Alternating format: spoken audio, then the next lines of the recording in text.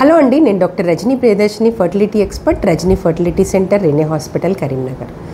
సంతానం లేని దంపతులు ఫర్టిలిటీ క్లినిక్ని విజిట్ చేసినప్పుడు వారికి ఏమేమి టెస్టులు చేస్తారో ఈరోజు మీకు వివరంగా చెప్తాను. సో సంతానం లేని వాళ్ళు క్లినిక్కి వచ్చినప్పుడు వాళ్ళకి బ్లడ్ టెస్ట్లు, హార్మోన్ టెస్ట్లు, ఆడవాళ్ళకి స్కానింగ్, మగవాళ్ళకి వీర్యకణాల టెస్ట్, ప్రిలిమినరీ టెస్ట్లు అంటాము. సో బ్లడ్ టెస్ట్లలో హార్మోన్స్, ఆడవాళ్ళకి hormones thyroid, prolactin, E2, AMH అని చాలా ఇంపార్టెంట్ హార్మోన్స్ ఉంటాయి. అవన్నీ బ్లడ్ టెస్ట్ ద్వారా చేస్తాము. అందులో ఏదైనా తేడా ఉంటే దాన్ని సెట్ చేస్తాము మెడిసిన్స్తో. స్కానింగ్ అన్నది కూడా చాలా important. 2D scan and 3D scan, వీటి ద్వారా గర్భాశయం ఎలా ఉంది, షేప్ ఎలా ఉంది, తర్వాత ఏమైనా పొరలు గడ్డలు ఉంటే కూడా వాటికి అడ్వైస్ చేస్తాము.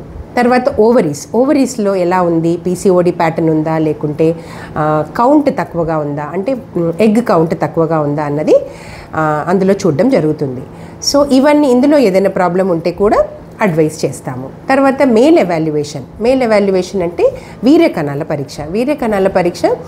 ఇది చేయాలంటే కనీసం 3 days అబ్స్టినెన్స్ ఉండాలి. అంటే భార్యాభర్తలు 3 రోజులు కలవకుండా ఉన్నట్టయితే ఈ రిపోర్ట్ చాలా కరెక్ట్గా వస్తుంది. ఇందులో వీర్యకణాల కౌంట్ బాగుందా, మొటిలిటీ బాగుందా, మార్ఫాలజీ బాగుందా అన్నది చూస్తాము. ఇందులో ఏదైనా తేడా ఉన్నట్టయితే దానికి మెడిసిన్స్ ఇచ్చి, డైటరీ హ్యాబిట్స్ చెప్పి వాటిని సెట్ చేస్తాము. సో ఈ ప్రిలిమినరీ ఎవాల్యుయేషన్ అన్నది చాలా చాలా ఇంపార్టెంట్.